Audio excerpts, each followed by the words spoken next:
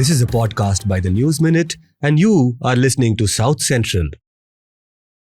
Welcome to South Central, a T&M podcast where we put the South at the center. I am Dhanya Rajendran, your host. South Central premieres every Friday. We are available on YouTube, Spotify, Apple Podcasts, and all other streaming platforms. So don't forget to follow us and like us there. The format of this podcast is very simple.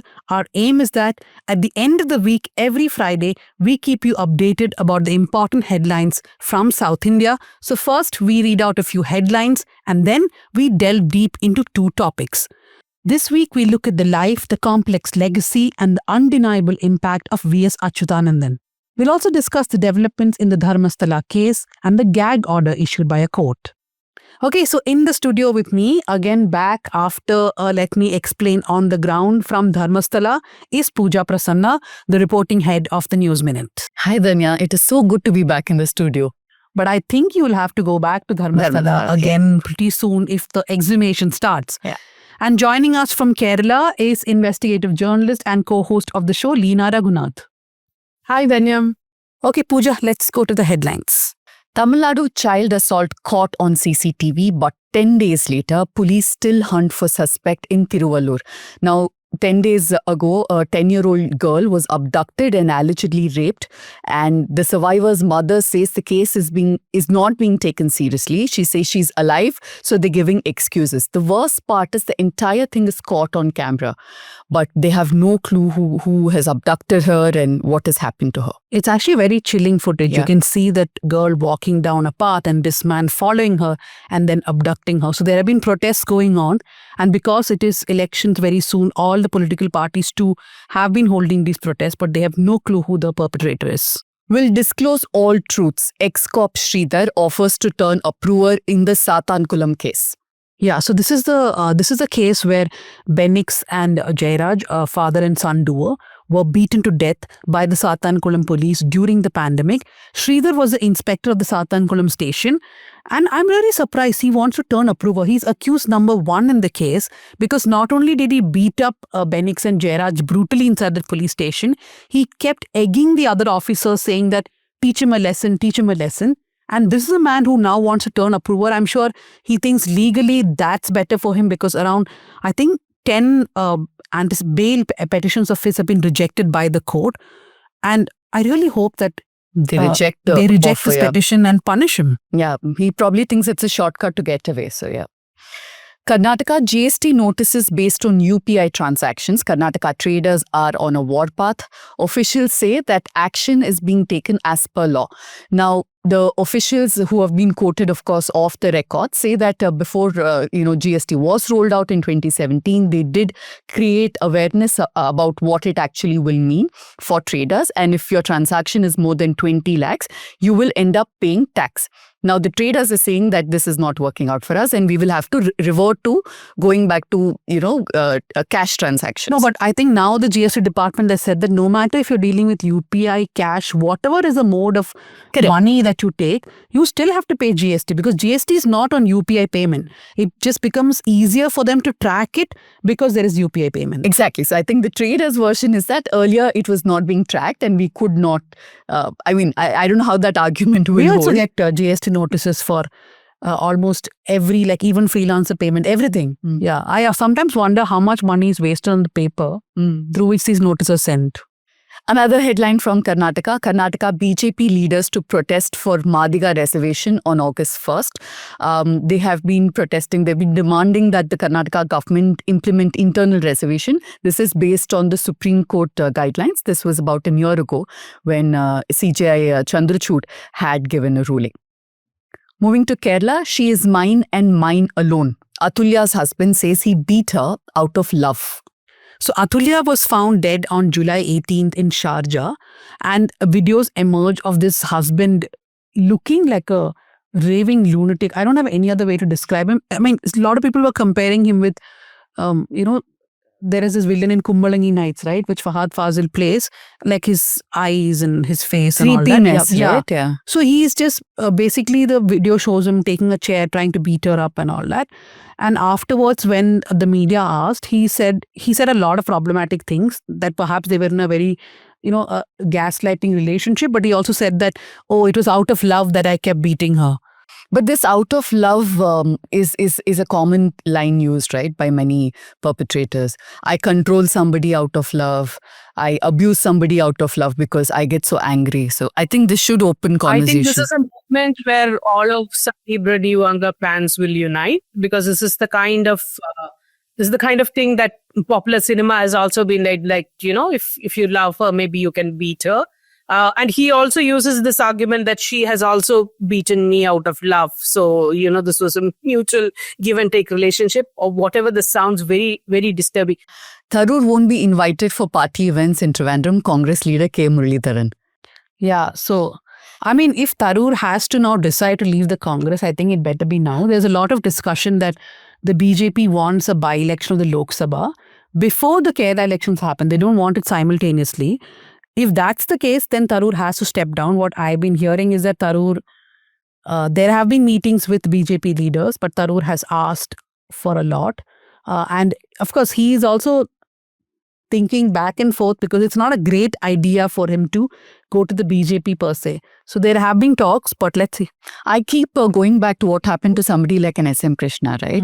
I think we can compare, and he was completely sidelined within BJP. He could never quite take to that ideology. So yeah, there's a lot to think about. YSRCP MP Mithun Reddy arrested in alleged Andhra liquor scam case.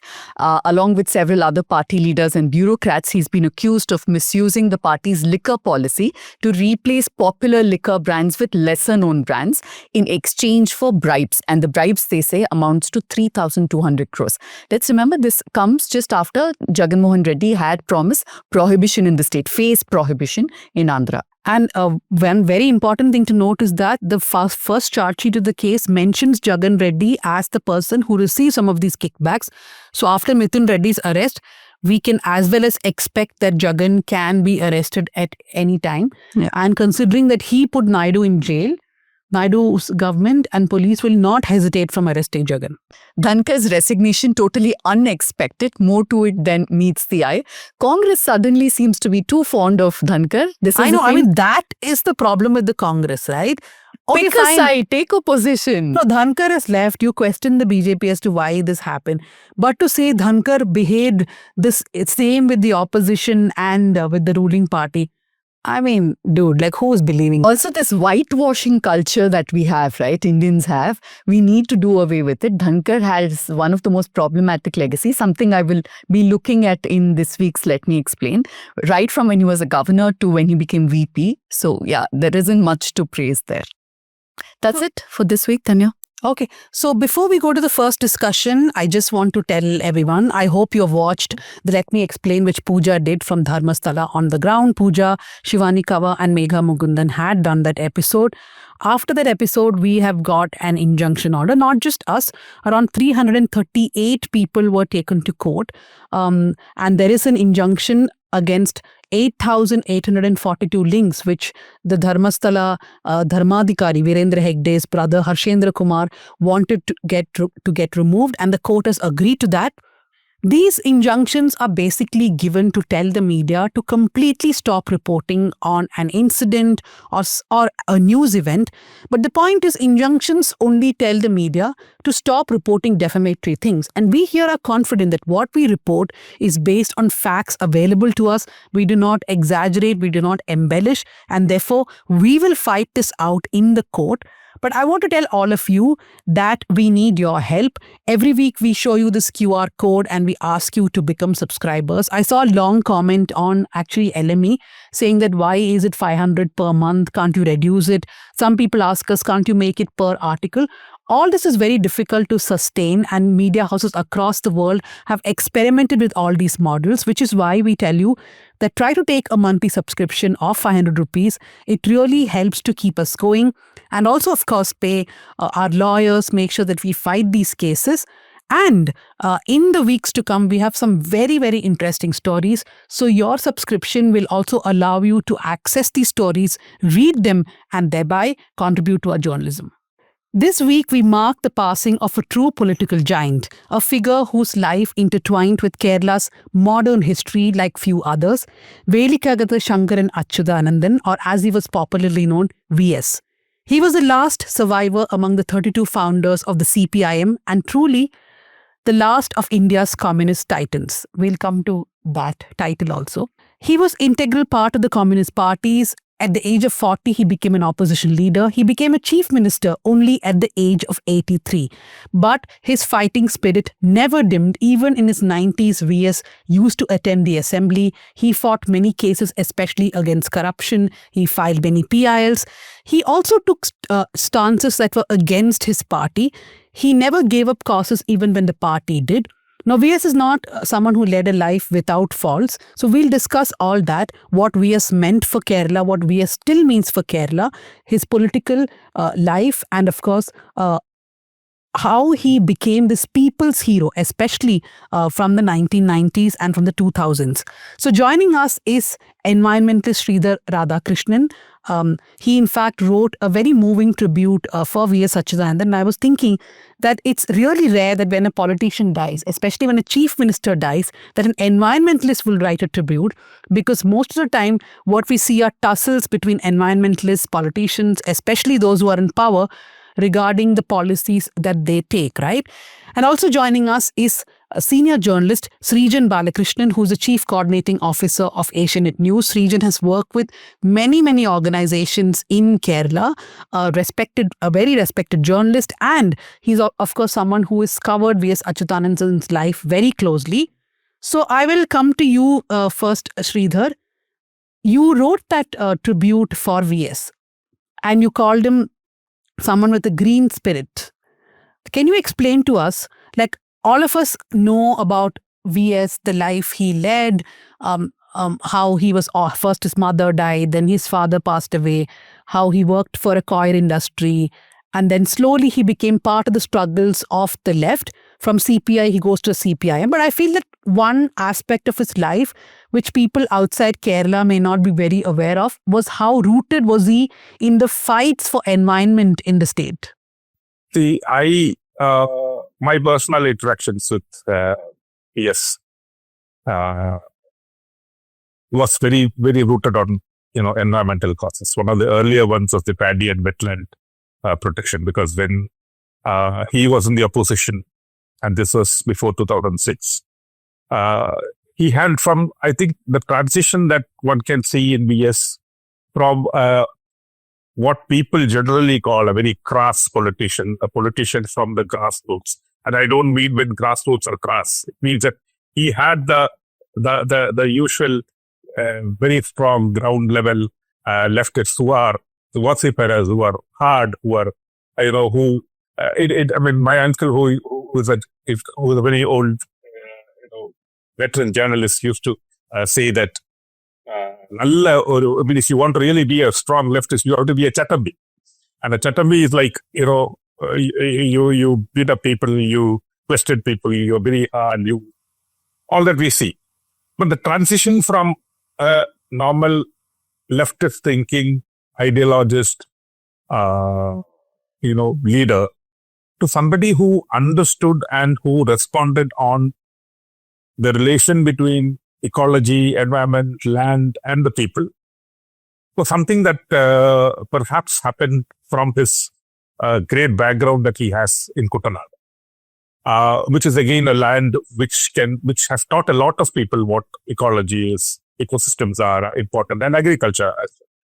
So he grew up from that, and his fight, for instance, to stop the reclamation of paddy lands for cash crops, for instance, the famous Vettidarathal Samaram, was perhaps one of his first acts, where the act itself was largely criticized because people were putting up plantains and banana crops and all that, and then it ate paddy lands, which they shouldn't. And the Vettidarathal was basically to cut that down and reclaim the paddy land. Now, this was for the workers that this whole struggle happened. But it was interpreted from the other side, which means that people who owned the land did not really like it at all. But then when DS becomes the chief minister in 2006, you will see that one of the first acts that he did was to bring the Paddy Wetland Protection Act. And all of us worked very closely to get that act in place. And in 2008, we had that act.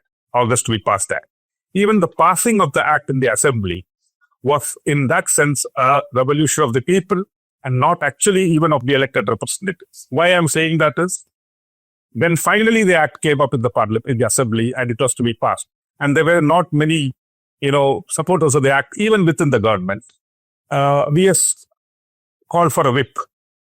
And Umman Chandi, who was the minister was opposition leader at that time, in the walkout.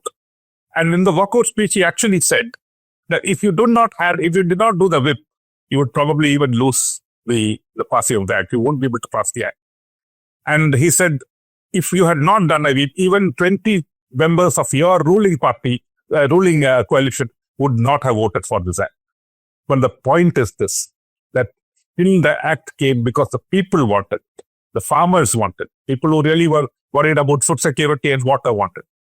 VS's strength in tackling or campaigning on environmental concerns, whether it be the Madigatan Malay, which turned finally into the Munnar struggle, or the way he responded to the endosulfan, which is very, very,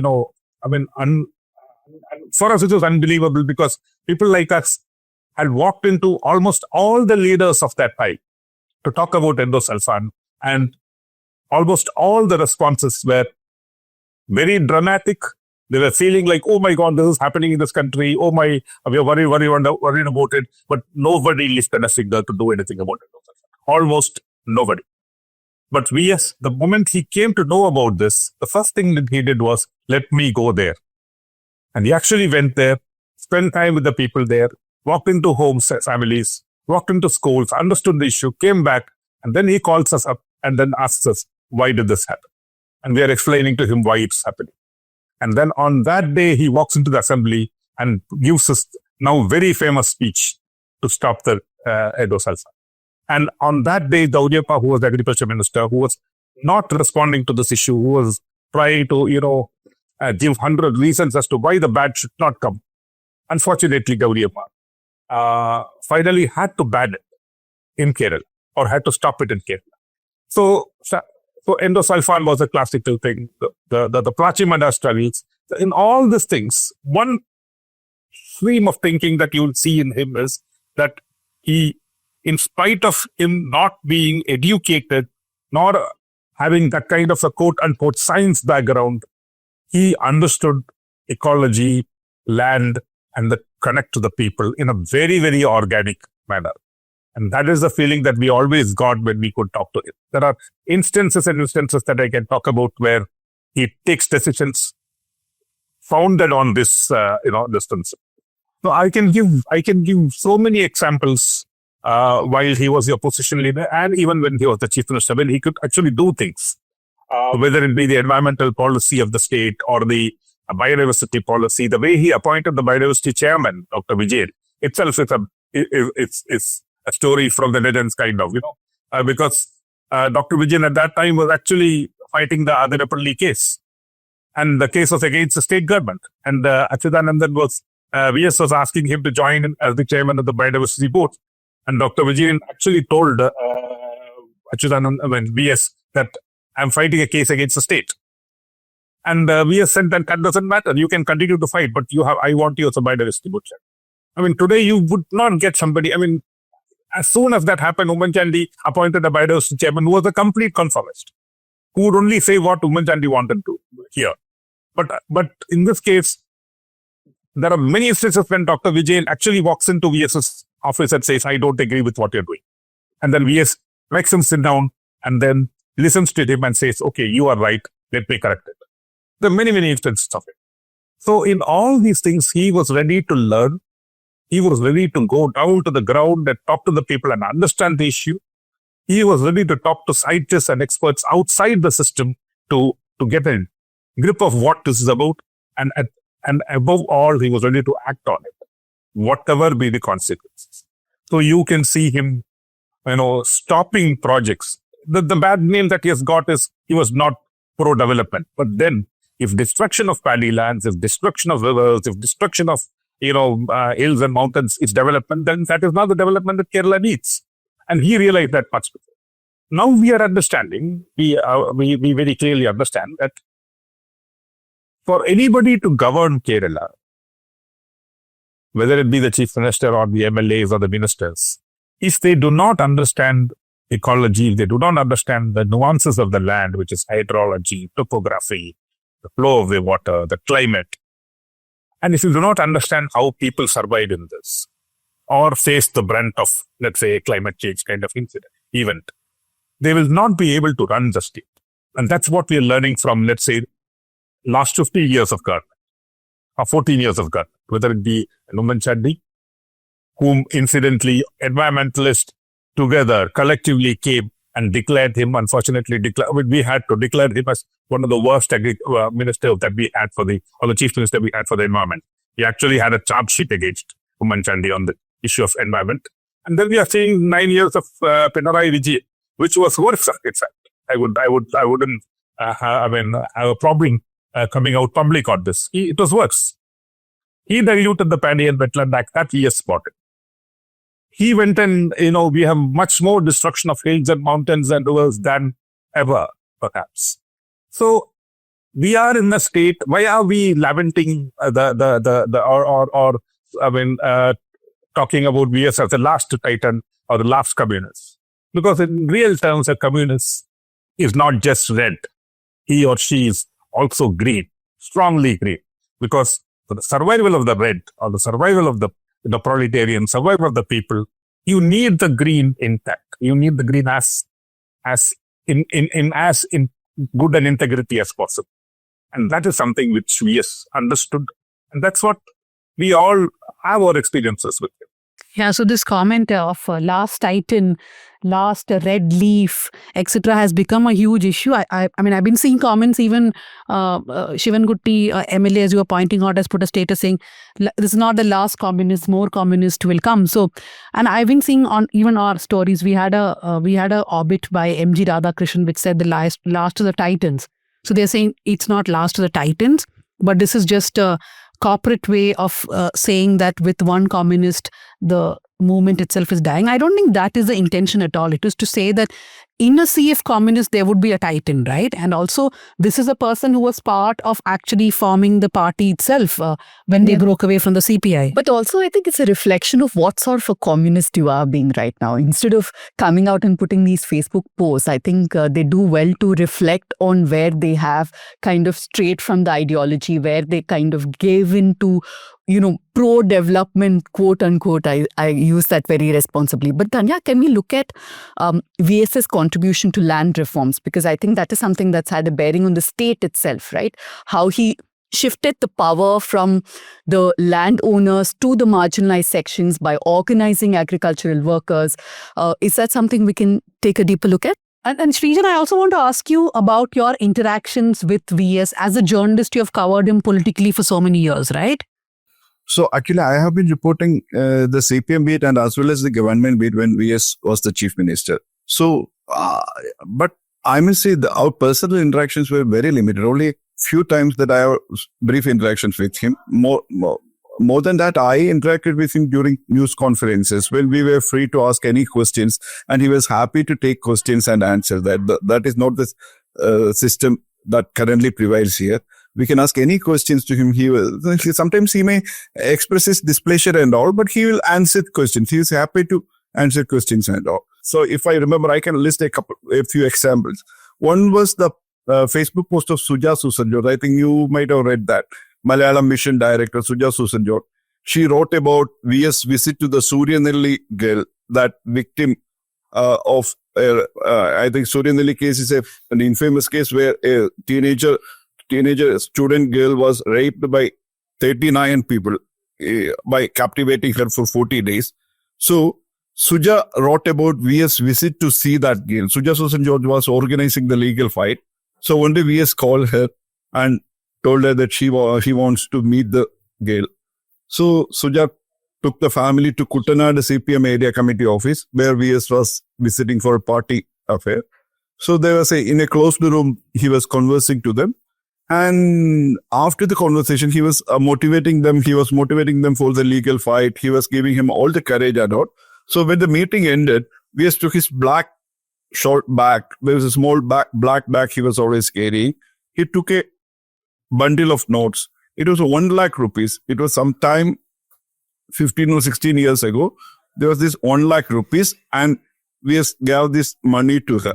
So the father of the victim refused to accept that money, saying they never accepted any funding from anyone. That is something to be noted. Even during the entire legal fight, they never accepted money from anywhere. So they refused to accept the money from VS. Then VS said, this is your grandfather. This is your grandfather's gift.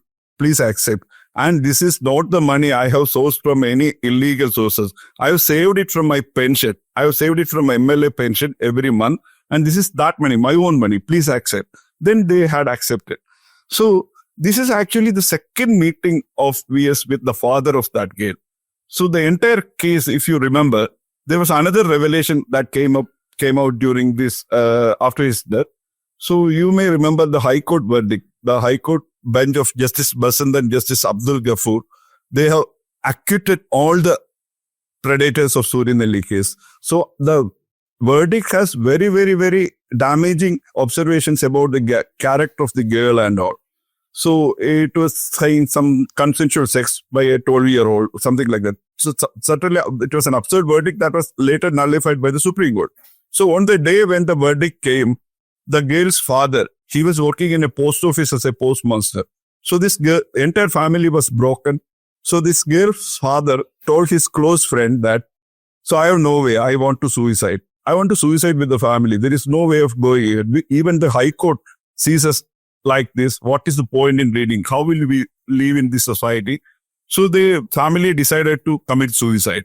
So the last, before taking up that act, this father told his close friend.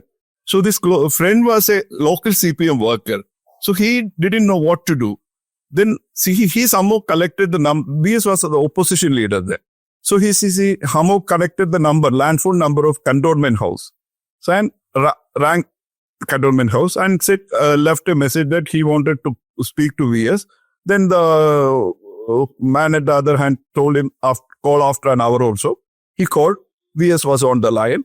And this guy told VS that this is what the father of Surinelli girl told him. So VS immediately rang the post office, that Mannar post office where he was working as a postmaster, and spoke directly with the father. And he told that next week I am coming to Adimali. Next week. Please hold on for a week. Next week I am coming to Adimali and we will talk. You take any decision only after that. Then as he promised, he went to Adimali next week. Met the father. I don't think that girl was there at that time. Only father and mother, or father only came him. And he later recalled to a senior journalist that when during the entire conversation, we was holding him, the man, and told him that this is an absurd verdict. You don't stop your fight here. We need to fight it. We need to fight it out. You have to go to Supreme Court. You have to give an appeal. I will arrange a lawyer. If you have any funds out of that, we will manage. But never give up. Don't do that. And based on his words only, this family took up the legal matter to the Supreme Court, fought till the end and get the predators punished. And the very interesting thing is that none of these stories came out in the public when he was active in the politics. He never wanted to cash in on from these episodes. He was doing this as I think, out of genuine love, out of genuine care and genuine consent. He never wanted to get any political mileage from that. So there was another incident when K.M. Shah Jahan used to tell me, K.M. Shah Jahan was expelled from the party. He was suspended from the job. He was jobless just because he stood with the VS. Then what happened? On the very first day, someone from VS staff came to Shah Jahan. On the first day of the next month, someone from VS staff came to Shah Jahan's house, handed him over an envelope of money. So for the maintenance or something, I'm not sure about the exact amount. Then that practice continued for months till Shah Jahan was reinstated. Every month, VS used to send a part of his pension or salary to Shah Jahan. He was thinking that Shah Jahan is jobless. He has a family to look after. And there was one more thing he told me. When the Onam came next, VS also sent him a mundu and shirt as an honor coding gift.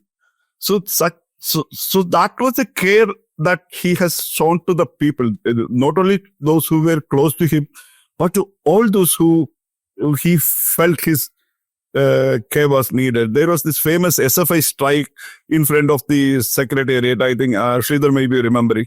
So the strike was going on for 10, 14 days or something. Government was not ready for any negotiation. One night, VS walked into the Tantal in front of the secretariat on the footpath, you might be seeing. And he asked the students there to get him just a bed sheet. So someone gave him a bed sheet.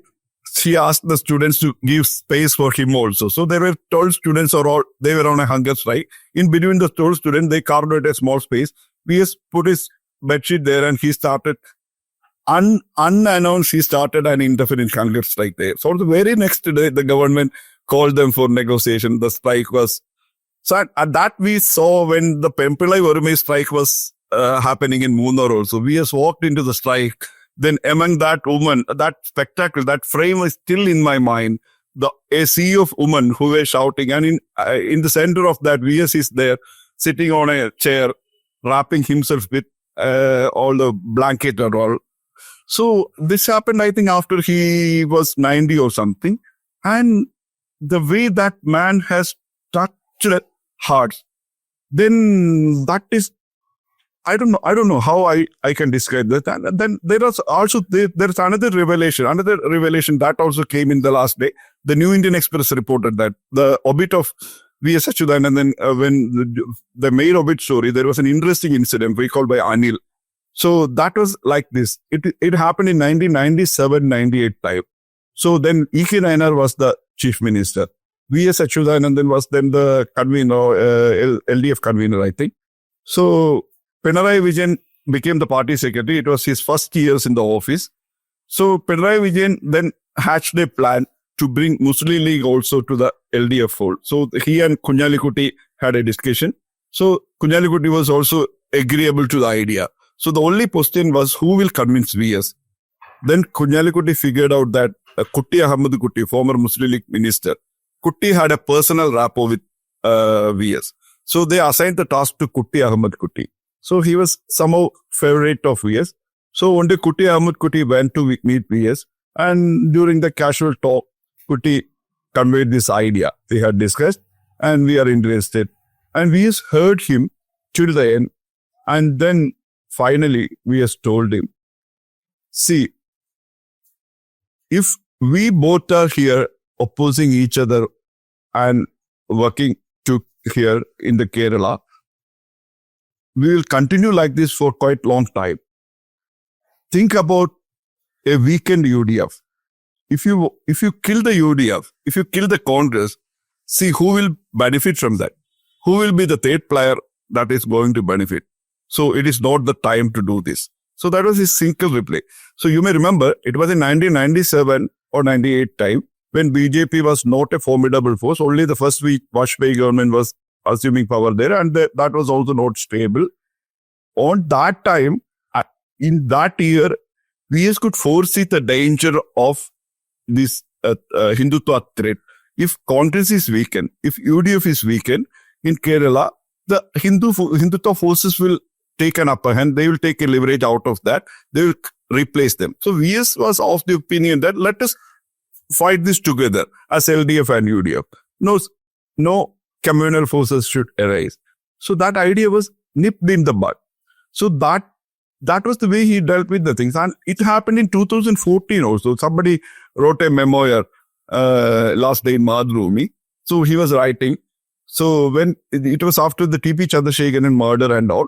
So during the 2014 campaign, VS campaigned very hard for the LDF. We have campaigned for all the LDF candidates. We are campaigned in Vadagara also, where the TP's party, RMP, was supporting Congress and all. So one of VS close confidence, he told, and after the poll, he went to VS and said that for the first time, I cast my vote to the opposition camp. I didn't vote for the party. So that is because of you. Then VS said, "Oi me. That is because of your stand on TP. Even after they barbarically killed our TP, you are going and endorsing their candidates. You are campaigning for them. I didn't like that. So I cast my vote to the opposition this time. Then VS told him, so TP is a favorite for me, for you, and for us all. I agree that TP is a good man. TP is our comrade. And I don't endorse the act of what our party did and all. But this is not the time to think about it. This is a national election. None of you know the threat of Modi. It was in 2014. You are going to see the menace he is going to cause. So this is not the time to take a decision based on a regional issue like this. I have my point. I know that, but this is the time that we have to fight Modi. So there is no question of I diluting my ideology. So as Sridhar said, he is only a school dropout. He's a true dropout. His education, basic education or primary education is on that level only. But the foresightedness with which he saw all these happenings, all these, he could sense everything. In 1998, he saw the rising of Hindutva. He saw the threat behind that. In 2014, when Modi was seeking the first mandate, he said, and in Malayalam, he said, Bhesh. You are all going to suffer when Modi comes. You don't know that. You don't know the threat. So that is the man. That is the man who is now missing from our political scene. I don't know any politician will come and ever replace VS. So adding one more point to what Sridhar said. So the concept of development, that was on question when VS was there. In 2006 also, VS was denied the seat because of the report of the state committee that VS is an anti-development leader. So the people of Kerala doesn't want an anti-development leader. Umman Chandi is a pro-development leader and VS is an anti-development leader. When the contest is like that, people will re-elect Umman Chandi. That was the point that state leadership conveyed to the central leadership. So actually VS was a leader who was concerned about sustainable development, even at that time. So Umman Chandi, Pinarayi Vijayan and all development, they are seeing the current day development only, but VS was very concerned about sustainable development. He want the development to stay on for generations. So that is why he cared for the environment, he cared for all the human capital, he cared for the rehabilitation of people who are evicted from any development site and all. So what I am pressing is how visionary was he? Dhanya, from all these stories that Sreejan and Sridhar has shared with us, what comes across again and again the stories is that there was very few politicians, and in today's time, who has the kind of moral authority that even when you walk into a protest, even when you walk into a camp of environmentalists as a CM, who can walk right into the heart of it. I think in many montages that even national television is showing now, you can see the walk of VS, right? The way he walks into protest, the way he's older than all of those people behind him. He's really old and frail and suffering from the police torture that his young age has suffered. But this man walks with moral authority, so that itself conveys that emotion of a politician that V.S. Achuthanandan is.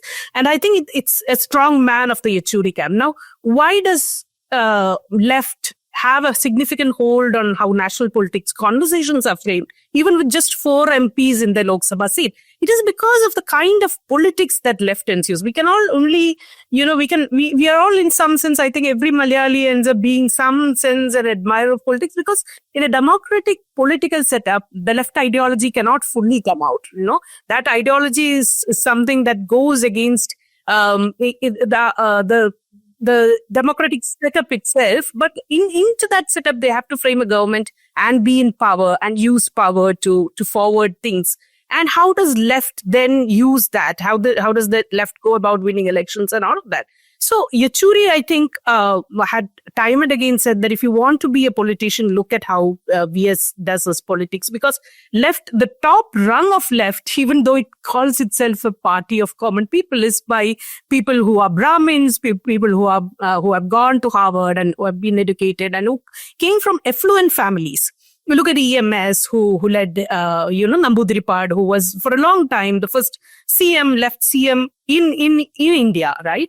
And these are all people from affluent forward caste families. And in among that, there is this VS who's not a theoretician, but who understood what the politics of the common man is like. He became, and before environmentalism became like a coin word, before sustainable development became like a word we now use at every other thing, he understood those emotions. He understood land as something that is connected with emotions of the people, and he fought for land and fought for a sustainable development in certain way. And this man was also the man who made free software part of public education of Kerala, right? And so he understood. This is also a man who made IT parks possible in Kerala. So as Sreejan rightly puts it, it's sustainable development. It's what will see Kerala in a long run.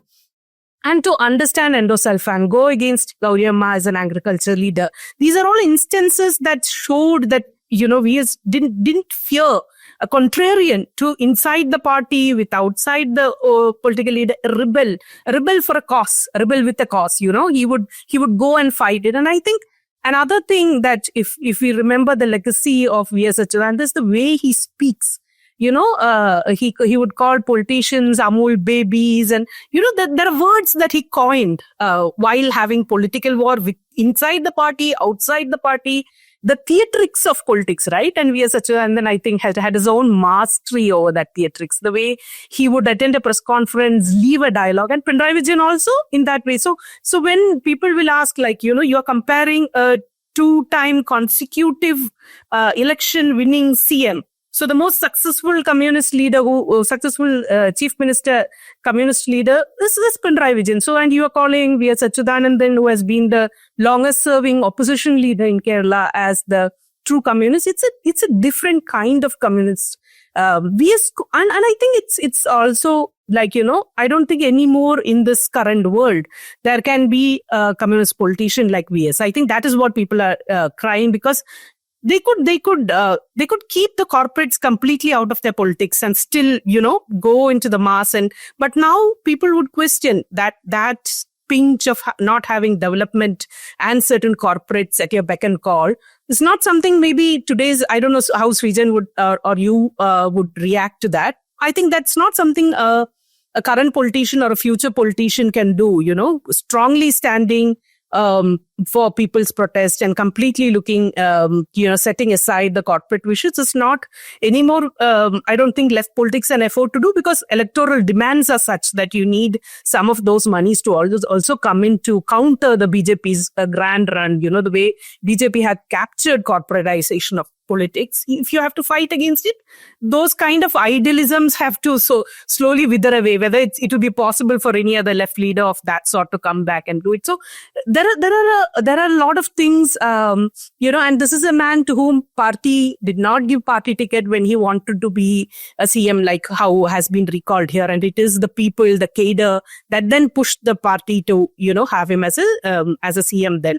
So there are a lot of things. In a gap of a year, Communist Party has lost 2 stalwarts, if we can, Yechuri and then in V.S. Achuthanandan, that era of politicians who had a moral authority where when they speak, even people who don't agree to communist ideology will be forced to sit up and listen to them. So Sreejan was referring to that Facebook status by Suja George. I actually felt very emotional reading that, because Suja describes how VS went to the Suryadeli victim and gave that 1 lakh rupees. And I was thinking that here we are reporting about how governments don't want to give compensation from government money to people who have died in police torture or police violence or many other things. How, for example, a big company like Air India has still not given money to people who died in the Mangalore air crash properly. And here is a leader who takes money from his pension. No, so I just want to come to Sridhar, but what I want to say is, because I hail from Palakkad, to one thing which during my younger days I used to hear about was the Plachimada, the Coca-Cola, the plant which is coming up in Plachimada, and how they were protests. These are just things I would read in newspapers, and I knew then that V.S. Achuthanandan was one of the politicians who were against it. But when I became a journalist, one thing which always stood out for me was how V.S. was one of the very few leaders, especially communist leaders, who asked for a probe in the whole Malabar Cements corruption scandal. Because Malabar Cements was close to where I lived also. I would, every day when I used to go to school, I used to see these big boards of Malabar Cement. So when the company secretary of Malabar Cement was found dead, Shashindra and his 2 sons, it was a huge scandal in Palakkad, I remember. And what VS was the only one, despite all the allegations that people, senior leaders in his party had been given money, which was the root of corruption. He's the one who asked for a CBI, I think CID probe. So in many ways, I feel that VS could speak up even against his party, and that did cost him in many ways. But I want to come to Sridhar on one point which Leena said, right? That perhaps you cannot afford to be a politician like VS anymore because there are the stark realities of today's politics. One is political parties have to be corporatized to some extent because you need money to run politics, and therefore they have to say yes to a lot of projects. And politicians and political parties cannot afford to be seen as anti-development, like a word that Pooja also used, because pro-development, which in many people's eyes is perhaps just building roads and highways. Yeah, and building wide more roads and factories. just concretize the whole state. Yeah. So that way, you cannot be a VS now. Do you believe so? My straight answer is I don't think so. First of all, I don't think that V.S. Achuthanandan was anti-corporate in that sense. He was obviously anti-monopoly. He was not anti-corporate in the sense that at that time, no corporates came kind of, he wasn't there. I mean, if you want, let's say even data, for instance, I think when he came to power, the IT sector's turnover was something like 350 crores in Kerala. And when he left, it was 10,000 crores. He set up IT parks. He decentralized it. He set up IT parks in most of the, if you see IT parks nowadays in Alappuzha in some remote corner of the state, that's because he thought that IT parks or he and his advisors, I must say, he had a great team of people whom he handpicked to go along with him. And even for things that were of concern, he always not just asked the government officials, which is what happens nowadays. Nowadays, none of us are even asked to come into discussions within the government. At that time, he always had a parallel system of asking other people, which included journalists, independent scientists, experts, people like us, environmentalists, activists. He always consulted with a lot of people. And I personally remember so many times that we were called in just for the consulting thing. Coming back to your question, he was obviously not anti-corporate nor anti-development. The data very clearly shows that. I leave that there. But was he anti-monopoly? Obviously, he was anti-monopoly. In one of those classical instances, when genetically modified crops was spreading out of the country and we wanted Kerala to take a position on it, some of us walked up to VS. And at that time, the agriculture minister was Leena Reghunath, and was another of those wonderful communists who still, stick to some of those fundamental principles of equity and justice. So when we walked into VS, he listened to us. We had such a big set of papers to show him. He listened to us. And then there was one question he asked at the end. He said, who is producing these genetically modified seeds? Is it, I said, it's a big company. Then he asked, is it a monopoly? Kuttaga. In Malayalam, we call Kuttaga. And I said, yes, it's an Agoda. It's a global, monopoly. It's a global Kuttaga, kind of. And then the next question, what's his name? And we said, Monsanto. And the next thing that he said is, he looked up at the private secretary and said, let's ban it. That's all. So there was very clear, strong positions on what he did not want and what he wanted, as far as development is concerned. That's one point I want to make. The second point is about the question of, will there be another VS or will anybody be able to do it? Now, let us look at what he did. I mean, Leena was giving us a classical example of this, and both Sreejan also, I think. So when he went to, the Bunnar, Kumblai Urmai study. Now, one of the classic scenes there was not just about him sitting there and all the women around, crying, weeping, telling him all the problems and all that. It was not just about that. The fact was that nobody else was allowed to get in there. No, not even the women leaders of Kerala, whether it be the Congress leaders or the left leaders. Nobody. Even Srimati had gone there and they booed and threw her out after to leave. But when VS decided to walk in, they invited him, put him in the center, and all sat together and said, and cried over their problems. Now, why does that happen? In my understanding, it is not as simple as saying that he gave them hope. The fact is that only he gave them hope. And they had hope only in him and not in any others. Why? That is the fundamental problem that the Kerala communists or the Congress or whoever is facing. That there is no more leaders on whom the people can have some hope. He turned out to be the last. Or at that point, nobody else was allowed to even get in there. Why? So this answers our bigger question of where did he stand actually. Now I just want to point out two interesting things. I mean, there was a moral authority which he had, and that moral authority did not come from him. I mean, as you say, 56-inch chest or a double chang or a double engine government. It doesn't come from that.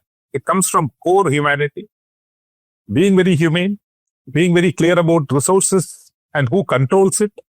And that's where the monopoly or the corporate question comes. If the corporate controls resources, he says no. If the corporate is coming here to deliver services, he says yes. And then who's in control? The state is in control. Look at Bolampalli. What did he do? It's a classical case where there was a mistake done. The collector then, David Anish, overnight evicted the Bolampalli people and evicted them violently because there was some instruction from the Prime Minister's office, and TK Nair was supposedly involved in the situation. Sreejan, you would remember that. And Bolampalli, they just evicted the people there. And we just came to know about it. He walked it. He was a chief minister. He just walked in, landed him directly in Cochin, pulled up Anish Muhammad, the collector, went there to Bolampalli, put up a table, sat there, and he said, apologize.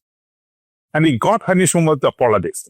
In fact, unfortunately, with the words set up, Leena is talking about the very words used. He even insulted Anish Muhammad before everybody. I do not want to say the exact words he said because it's not probably possible to explicitly state that. But he insulted him. Do I agree with insult? No. I mean, Anish Muhammad is a senior of mine. I mean, he's a junior of mine in engineering college. He wouldn't want to even think. But then he had to put him in place. And he had to show him that, see, this is not the way you do things here. People have to be evicted for development purposes. It has to be done decently, not like this. And he did that. So, what do we understand from that? Simple. If there is a mistake done, we'll accept the mistake and we'll correct it.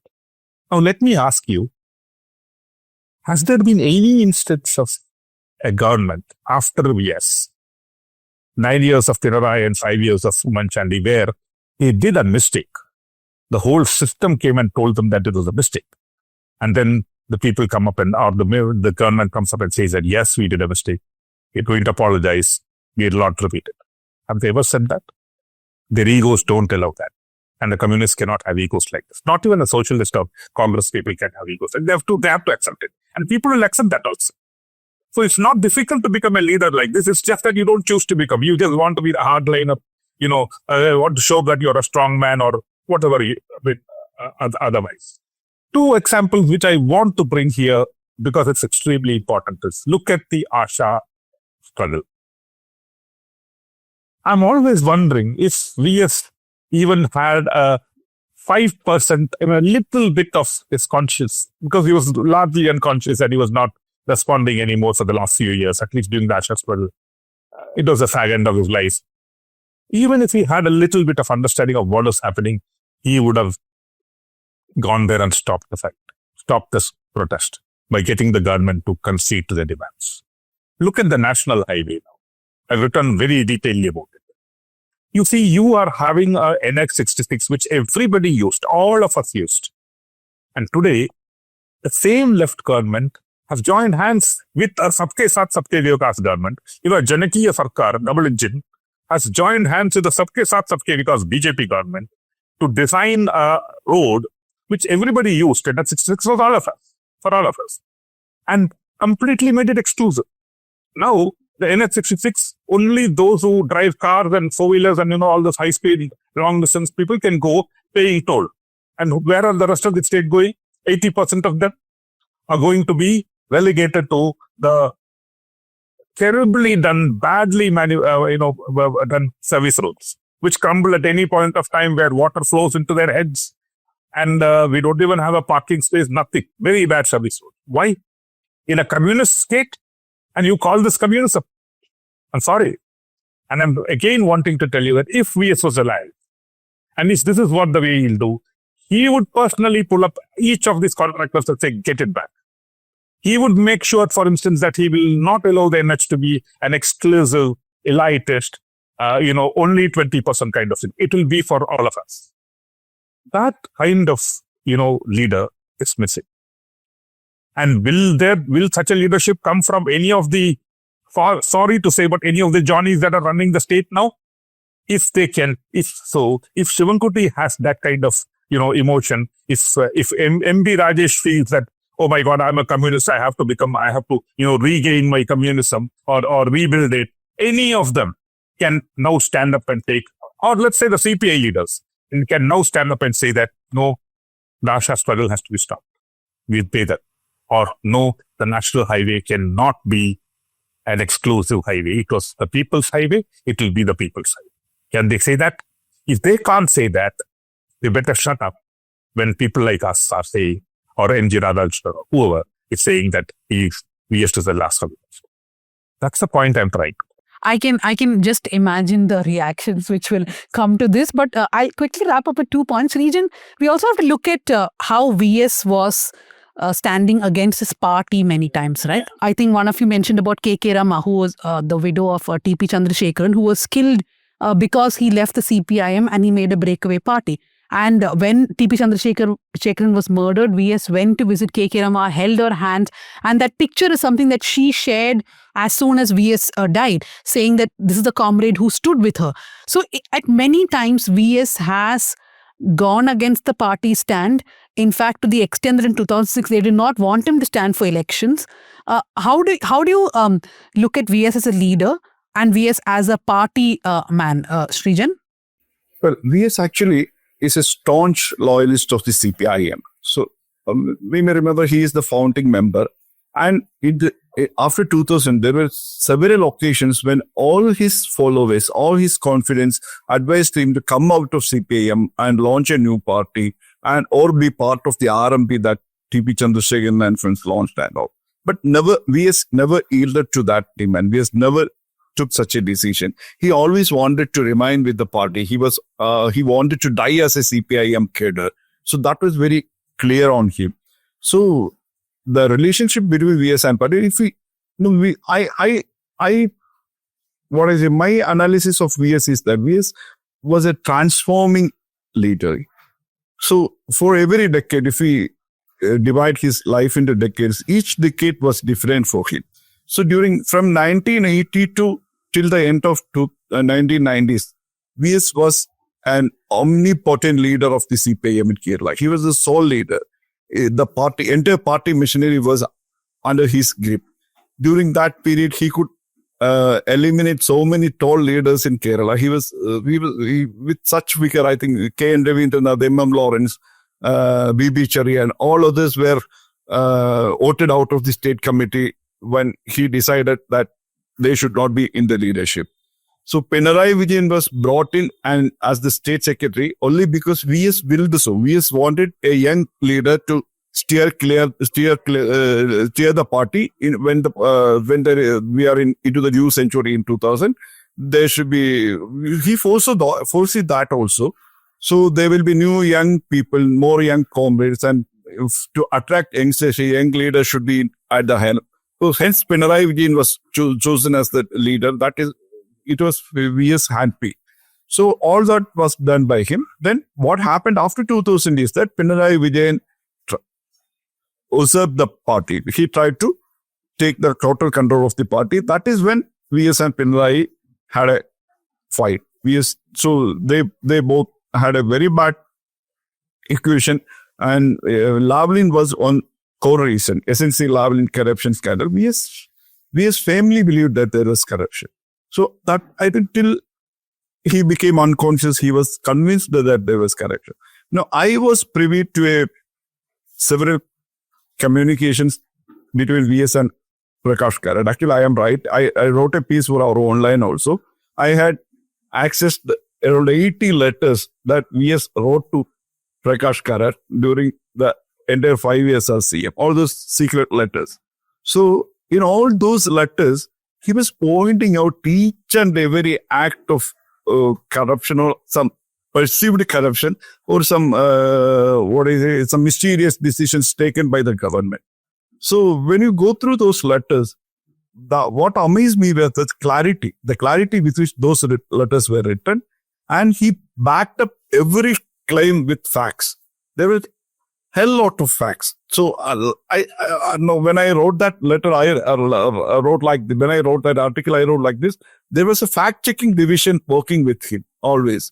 It was so meticulously drafted. All the facts were correct. And the Politburo couldn't ignore those letters. On most of the letters, there were lengthy discussions. In a few letters, there were corrective options. But most of the letters, unfortunately, VS couldn't win most of those voters. That is a fact also. That is because of the equations of the Politburo then. The people who had majority in the Politburo at that time, they were favoring Pinarayi Vijayan. So all the complaints were mostly ignored. There's a criticism against it. The most repeated criticism against is that VS uses non-party forums to air criticism against party. He used to criticize the party publicly and never used the forum inside. But actually, what happened is that he always preferred to use the internal route. He used to he rose all these issues in the party forum. He used to he used to criticize inside the committees. He used to write all these letters and everything. And when the party failed to act on that, or when he felt that there was no justice from the party, he came to the public and gave enough hints for the public about his stand and all. That he was clear also. And he had faced 9 disciplinary action throughout his career, starting from 1966. In 1966, when he was in jail, he was censured for organizing a blood camp for soldiers of Indian Army. At that time, the CPM was taking a pro-China stand, and the party found that organizing a blood camp for Indian soldiers is something anti-party activity. But VS had no issues on clarity even then. For him, the love for his nation was supreme. So that is also something that we can read along with how visionary he was. Then his another law censure was for visiting Kudangulam, for trying to visit Kudangulam. When that anti-nuclear strike was happening there, VS went to join the strike, and he was in between. I think Parashala or Kalikevala, Kerala border police stopped him and sent him back. Then VS party censured him. So I think we should, a Communist Party censure a leader who is taking part in the anti-nuclear protest. So what is the anti-party act here? Supporting the anti-nuclear protest or censuring a leader who is supporting the anti-nuclear protest. So that all happened because the party had taken a different route. And maybe as Leena said, on these days, no party can thrive without the support of corporate or something. So there should be some dilutions or something. Then the CPM, I think, is more or less becoming a social democratic party now. It is not a communist party anymore. It is trying to become a social democratic party. That is also that maybe a survival technique of the party, because party failed in Bengal, party failed in Tripura. So in order to avoid such a fate in Kerala, they might be reinventing their strategies. I don't know. I am not the one to judge whether it is true or not. But we may remember one thing. When VS was the party secretary, he was the secretary of Kerala CPM from 1981 to 1992. And during these 12 years or so, the funds of the party were managed properly. There was no shortage of fund. As an organizer, VS could raise the fund. VS could get money from the corporates, and all those things he did.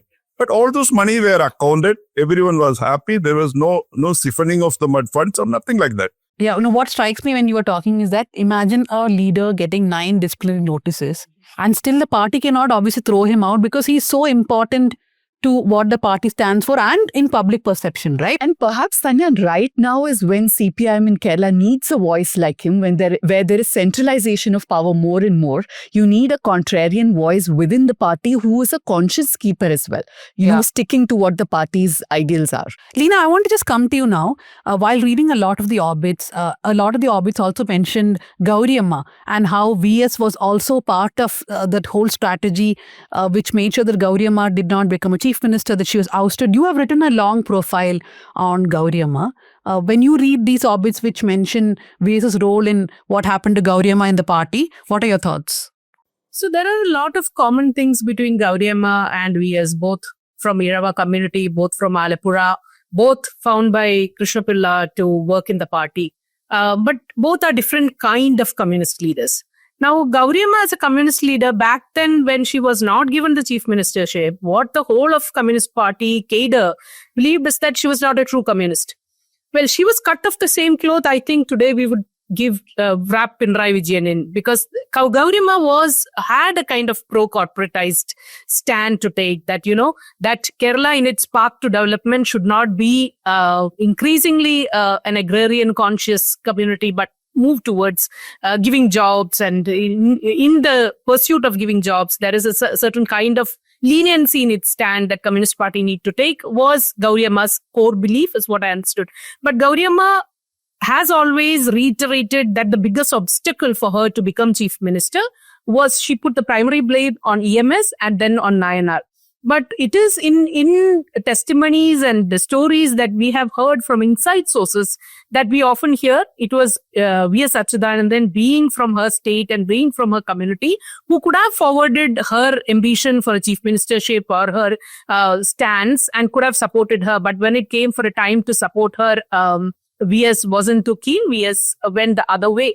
One thing I understand is that given everything, VS is a true politician. VS and his chief minister ambition, we have to acknowledge in some way. So this is not a politician who's like, though he has a moral authority, who's not ambitious. There's a politician who's ambitious. So he's also, like every other Kerala politician, very well knows where to cut competition, And this must be one of those strategies, or this must be one, as Sridhar has told us in the endosulfan case. He has understood Gauri Amma as what her politician and what her stand is, and he goes diametrically opposite to those views and things. And so it might have come from that. But VS also, if you look at how he has taken feminist positions or stood with women or fights, VS has shown that what kind of a person he is, and he has a moral authority. So, and from all the stories, my concluding thing is that, Dhanya, being a lone wolf inside the party, when you strongly believe this is the right thing to do, to go against the party leadership, to go against a party stance in a party like CPM, we know how the party puts a stronghold on that, one voice for the party, no different voices come out. VS had that, and to take the people and the cadre along when he goes against the party and still stay in the party and, and to have a moral authority over the positions he's taking. That is something, a lot of political lessons on how to do politics today. I don't know whether, how much of that politics of today can be done in the same fashion, but I think it is that people who can hold moral authority can ride the popular wave without being, without pandering to whatever is catching attention, but to the staying true to the core issues. I think those kind of politics have slowly gone away from our mainstream. And that kind of politics is needed to bring politics out of the rot that it is in today. I mean, where do you get a person anywhere in the country who belong to a genre where, or a character where, when you get power, you can do things, but then you also know that there are things that I can't do as government. I will do otherwise. And he kept that, somebody was doing a wonderful cartoon. I mean, I think KP Unni did a very interesting cartoon the other day, where he has this child holding in the rain, the umbrella over VS, and said, this is the opposition leader that any democracy would want. Even when he was the chief minister, he was the opposition leader, kind of, So, unimaginable person. We do not know whether we'll have anybody like this. But as I said earlier also, if the party wants to really, really, relook at its communism, then they better look at VS's life. I would not say about Communist Party alone, even if the Congress wants to, seriously see. I mean, we have some very nice budding leaders in the Congress. And I would also say that if they also want to talk about governance and leadership, they better take a leaf out of VS's life and seriously read it. That's what I would say. Yeah. Okay, thank you very much for that, Sridhar and Sreejan.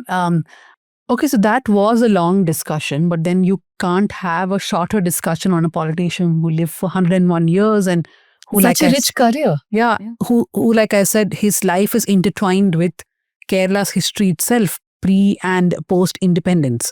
So the next discussion, I'm going to keep it very short, but I think it's very, very important to just put across a few points. This is about what is happening in Dharmasthala. As you know, a sanitation worker or a man who claims to be a sanitation worker had alleged that he had been burying bodies. And he used the word hundreds of bodies, which is why the media has been reporting quite a bit. The Karnataka government, after a lot of pressure, formed a special investigation team to be headed by IPS officer Pranam Mohanty. There's a small lull now because the SIT has not yet gone to Dharmasthala, but we are hearing that by the beginning of next week, the SIT will be at Dharmasthala. They will have to do exhumation. They'll also have to question this witness again. But meanwhile, Virendra Hegde, Dharmadhikari of the Dharmasthala temple, his brother Harshendra Kumar, has gone to a court in Bengaluru and got an injunction order. This against 8,842 links. They wanted to be de-indexed or removed. People, including us, will be fighting against those injunction orders. But I just want to understand from Pooja and from Anisha, Sheth, our Karnataka bureau chief who joins us, as to what is happening. Pooja, where does it stand now? The SIT has been formed and they will go to Dharmasthala soon. That's it. Yeah, there was a little bit of controversy within the SIT. There were officers who didn't want to be part of it. So that is in process right now. But yes, they will go to Dharmasthala. And as we had mentioned in Power Trip, there was some reluctance on part of the local police to start the exhumation process. So now that the SIT has taken over, the hope is they'll start the process. There is a very detailed 164 statement that has already been recorded where the witness went in front of the magistrate. It was for 1.5 hours where there were no lawyers present in the room. So that detailed statement is very much there. But if the SIT feels they need more information from him, they can question him one more time. But I don't see what new reasons they can come up with to delay the exhumation process now. Anisha, see, I know that a lot of international media, even a lot of Delhi media has descended at Dharmasthala. And what people keep asking, like I see Malayalam, Telugu, Tamil, all of them covering this now. And they're all like, what is this temple town where, this is happening? Now, we have to separate a lot of things here. One is that what the sanitation worker has said is in the realm of allegations now. It has to be proven after there's exhumation, etc., whether really he did bury people, right? But Dharmasthala has always been in the news, at least for the past 10 years. That is primarily because of unidentified bodies discovered at this place and also of unnatural deaths, right? So, for those who are not from Karnataka and who have perhaps only heard of Dharmasthala now in this context, because, the world that we live in, so many YouTube channels, everybody now knows about the story. But we have been covering these conspiracy theories or these questions. I don't think we should call them just conspiracy theories, but these are questions. Unusual developments. Yeah, unusual developments for many years now. Just explain, why have people in and around Dharmasthala always been suspect of what is happening there? It's a famous temple dedicated to a deity called Manjunatha, and I don't think there's anybody in Karnataka who doesn't know about it. Okay, even if they've not visited the temple, you'd be hard put to find anyone who doesn't know the temple. And this also applies to neighboring Kerala. A lot of people from Kerala also visit Dharmasthala. So it is very popular. There is a lot of reverence for that deity and people have, strong faith associated with it. But say, at least as far as I remember, there are two major high-profile murders that happened in, if you can call it murder or unexplained deaths. There was a school teacher named Vedavalli who was burnt in 1979. And that became a huge, unanswered question because how she died, why she died, was never explained. So her husband, who died a few years ago, he would keep talking about it at many of these protests and so on. A decade later, almost a decade later, there was a woman called Padmalata, a young woman. I mean, she was, I think, in the first PU or something when she disappeared in December 1986. For 3 months, 56 days, nobody knew where she was. When her body was finally found, it was found, I think, in a semi-nude condition and with her hands and feet tied. So there was no explanation for where she was and so on. And that was the first time there were massive protests over her murder. Like this is like what, decades before Saujanya's death happened. So those are two murders. But in like say at least since the early 2000s, every day, like, okay, not every day, but very often the Kannada newspaper Udayavani would carry these small stories about bodies being found in Dharmasthala. Most of the time in the Netravati river, near the bathing ghat in the Netravati river, or the dam close to the river, and so on. And there were also many bodies found in and around the temple itself. Okay, and many of them remain unidentified. Now, when you see like dozens of such bodies being found under unexplained circumstances, people are going to talk about it. Dharmasthala is a tiny village. And for people to keep reading this in the newspaper every day, that, there's so many bodies being found and so on, people are going to ask questions, and they're going to want to, they're going to want to demand answers from the police, from the government as to why this is happening. So, but then, Anisha, just to interrupt you here, one of the things that Dharmasthala people and even the panchayat, when I say people, I mean the government has been saying is that this is a temple where people also come for salvation. Yeah. So there are people who do die by suicide because this is what they've planned and they've come for, right? Yeah. Now, that is possible, right? Nobody is ruling that out. But the question is, how so many? Why so many, right? See, now... What are the numbers? What are the numbers? An activist named Somnath Nayak asked for information under the RTI about how many suicides and deaths and murders there had been in Dharmasthala and Ujire villages. So the police wrote back saying that there were 452 suicides and 8 murders between 2001 and 2012. Okay. Now Dharmasthala, so the claim of the police and basically the overall narrative offered as an explanation for this high number is that it is a town, as you mentioned, where people come to die. But you also have 50 kilometers away the Kukke Subramanya temple, which is also located on the banks of a river, which also has a bathing ghat where people go to. The same is true of Dharmasthala as well. There is a temple, there is a bathing ghat, and so on. But you don't see this kind of phenomenon over there. But if you Google, actually, I was doing this yesterday, you do see deaths coming up in Kukke Subramanya. Not but on what this the scale. people in Dharmasthala are saying is that the numbers are not that high. Not on this scale. So like in the early 2000s and so on, people recall reading every day in the Udayavani, every other day, that a body is found here, a body is found there, and so on. But it is not of the same scale at Kukke Subramanya, which is, by the way, at least or more popular than the Dharmasthala temple in terms of visitors. No, but I think even that can only be proven. Like, for example, it's a theory that why doesn't it happen in Kukke Subramanya if the numbers are really thrown up, right? Like, we know Of the course, exact numbers. Of course. Then maybe. If it's the same, then the conspiracy dies. Then yes. But the point is, in all these years, those numbers have never been compared. So, Dhanya, what I sensed when I went to Dharmasthala and spoke to people, this is not new. And what has happened, like Anisha rightly said, repeatedly there have been these incidents. Now, for locals there, it is very hard to keep track of which ones are suicide, which ones are unidentified. So, there's a lot of fact and fiction being mixed. And there is this entire thing of, oh, this is where a lot of bodies turn up.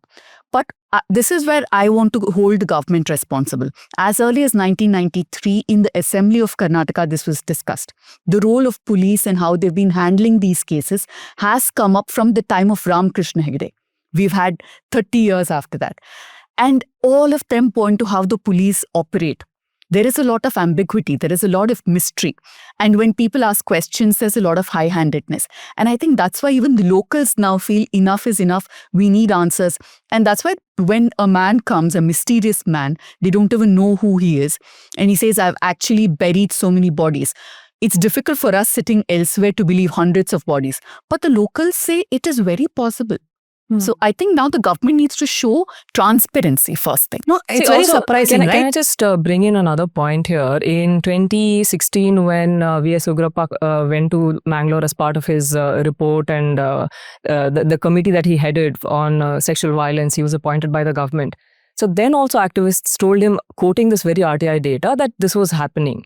And he asked the police for an explanation, and the police, I think the additional SP or somebody said that, no, it is on average around 100 people commit suicide over there every year.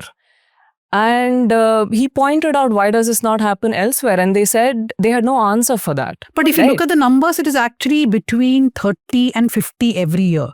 So what I'm saying is that perhaps these numbers, if the government had paid some attention to it, not Exactly. just one government, multiple governments over the years, and said, okay, look, this happens in other towns also, which are religious towns, or perhaps that these numbers are not anything to be scared of, things could have gotten solved or people would have found some Exactly. solace, but they never did. Yeah. So Ugrappa asked them this question, okay, what have you done to, prevent suicides? Have you done anything? Neither the district administration nor the police had an answer to give to him. If this is a phenomenon that has been repeatedly talked about, okay, if you're seeing this, if the police knew when an activist raised these numbers, that, okay, they had whatever figure, the figure may vary, but they were aware that there was a large number of suicides and unexplained deaths occurring there. Why have they not taken any action? No, I also want to point out one thing. This RTI reply, Anisha and I were discussing yesterday, is only from Ujire and Dharmasthala town. Yeah. We still do not know the number of people who are found dead in places like Beltangadi or even other villages and taluks nearby. So the number can actually Yeah. go up. I mean, if somebody has to So really study this comparatives, phenomenon, we have to take the numbers from the taluks and municipalities close Yes, by this also. is such a small area if you look at it. It's less than 10-kilometer radius, two places put together. So Yeah. the numbers are high irrespective of what the nature of death is. And of course, there have also been other deaths which they protested against, right? Like this Dinesh, who was one of the protesters, and he died in a car accident, right? Yeah, this happened in 2021. And initially what happened was, okay, so he was riding a two-wheeler and a car collided with his vehicle and he died on the spot. His father initially thought that it was an accidental death. I mean, who thinks your kid is going to be murdered, right? But then, so when he went to the police station, he told the police as much. But when he left the police station, he alleged that he was given money by one of the police officers, 40,000 rupees. And that's when he started to question as to why he was being given this money. And, he later went and, changed his statement and asked for a murder investigation. That case took another twist again sometime later after he went and told the court that, it is not a murder, it is not an accident, it's not a murder, it's an accident. So all these things also put questions in the mind of people. There's just so many questions and no forthcoming answers, credible answers from anybody, which is backed up by transparent investigations to show the public that, okay, no, you know what, these people are actually there only to kill themselves out of whatever distress or whatever they may be in. But there is nothing sinister happening here. Yeah.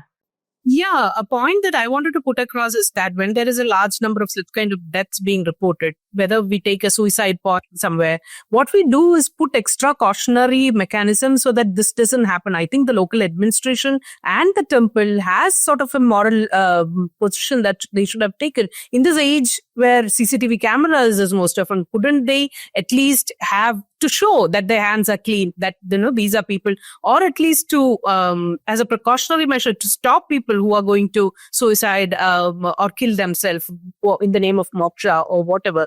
The administration has a responsibility to put CCTV surveillance, to put extra measures, put police officers on duty around these areas where the bathing ghat or wherever, to, as precautionary measures. And I think they have a lot to answer when they don't do that. If they can go to a court and get a gag order, they could have put these measures in place and make sure that, this kind of bad reputation would not have landed on them. Yeah, I mean, in fact, imagine when Saujanya died also, one of the big problems was that the CCTV footage was not there.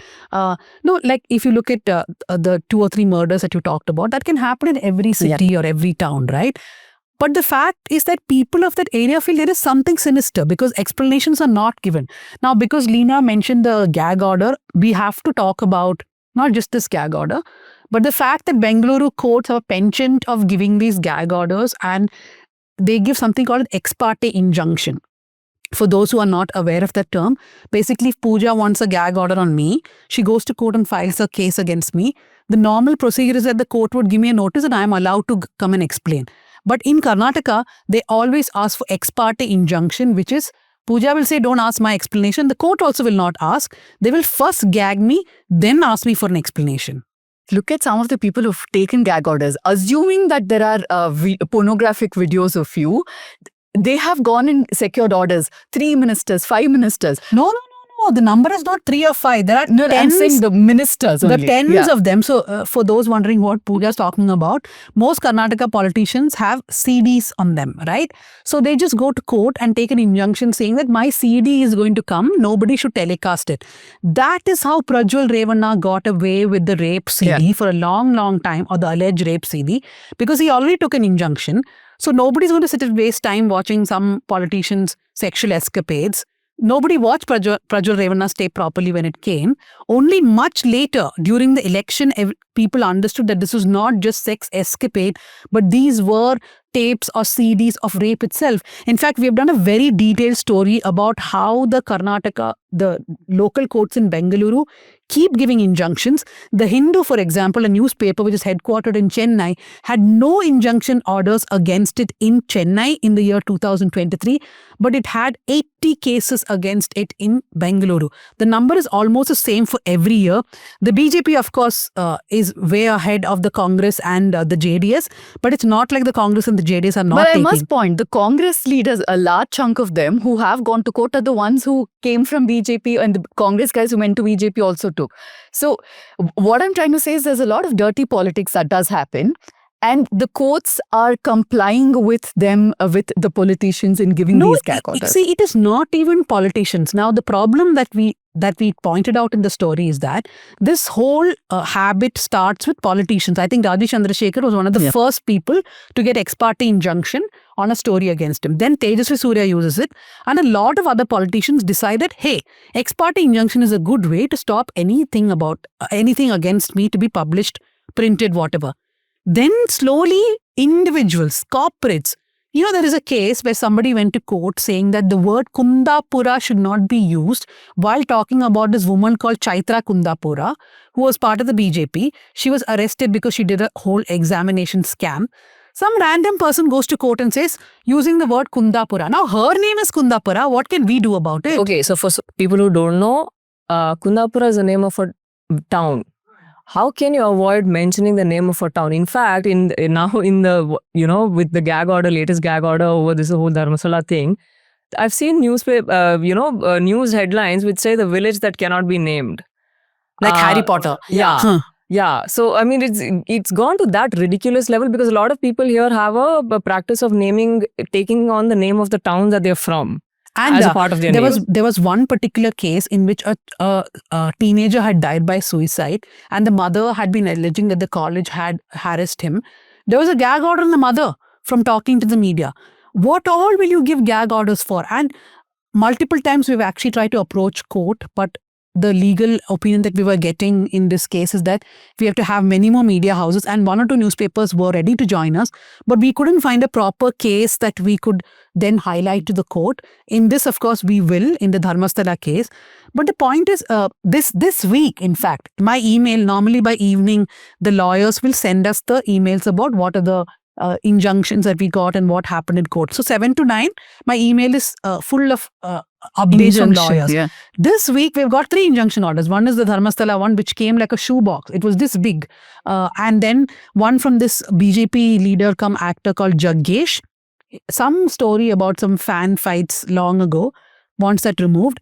Then Kulkarni, who is a minister who's accused of rape and murder, he also wants some story removed. And all of them have secured injunction orders. So I feel like we write a story, and some of these injunction orders are for stories written in 2018, 19, and the courts are just granting it.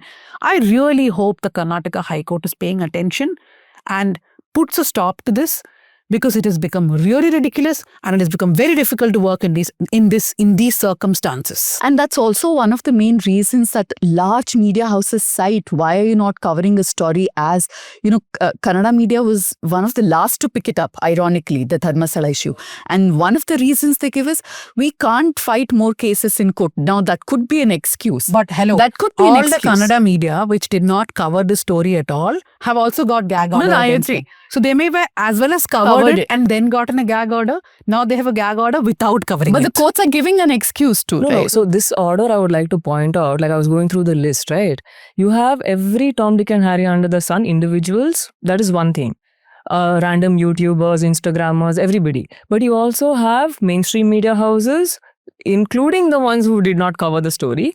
But you also have a lot of these small news organizations in Mangalore and in Dakshina Kannada who've been slapped with an injunction. Imagine the team Dozens going of through them. this. Huh? Somebody actually went through 8,842 links. Yeah, links. like when I saw that list, I was like, oh my God, somebody actually sat and looked through. This is their full-time job, 24/7. So I mean, it's a great social media team actually. Yeah. No, and the funny part is one of the injunctions we got was to remove a story in which we wrote on Virendra Hegde's reaction. Like he's being targeted, right? It is our duty to also tell the world what is their reaction. They want that also removed. That's because somebody has just sat and Googled. They didn't read the entire copy. And the question that has been asked to the judge also by K.V. Dhananjay, who you interviewed, did you read all these links? How are you giving the injunction orders for 8,842 links? If you've not gone through them, how do you know what is defamatory and what is not? Yeah, so one more thing. So the date of registration of the case is July 18, and that's the same day the order was granted. So that's also a question that a lot of people have been raising. How do you manage? Okay, fine, let's accept you went through all of that. Did you do it in like less than 3 hours? Yeah. Pooja's video itself is some 30 minutes. How is that possible? Okay. So I guess we will bring an end to that discussion now, but we will keep following the Dharmasthala story. And I think Anisha and Shivani are putting together a story on why there's so much of mystery about the place. But we'll play it by the year. We'll see what happens with the SIT and what they find. So now we'll quickly go to the recommendations. Pooja, what is yours? I watched a fun movie, Detective Uchwalan. I haven't had time to read. What language is this? Malayalam. Okay, sorry. What? But it's on Netflix now, so you can watch it. I thoroughly enjoyed it. Yeah, I think there are some wonderful books and movies and lots of things that are coming up. I'm very passionate about the fact that Western Ghats is a lifeline of the state. And there are the two things that I would recommend. I would strongly recommend that we go back and read some of the reports that came up. One of them is the Madhav Gadgil or the Western Ghats Ecology Expert Panel report. It's still, again, a lifeline report for the state. And two, I would request all of you to go and watch the movie Nilgiris. I think that will tell us what we will lose if we keep doing what we are doing right now. Thank you. So then I shall recommend a Malayalam book. This one which I have just finished reading is Kambali Kandate Kalparanigal. It is a new sensation in Malayalam now. It is actually the life story of Babu Abraham. Babu Abraham is a management expert who is now working in Paris. And he had a very, very, very, very struggling childhood and teenage. And he was born in Kambali Kandam, is a small village in Idiki. So Babu Abraham was born there. And this is a beautiful narration of his childhood and teenage life where he had to face a lot of struggles.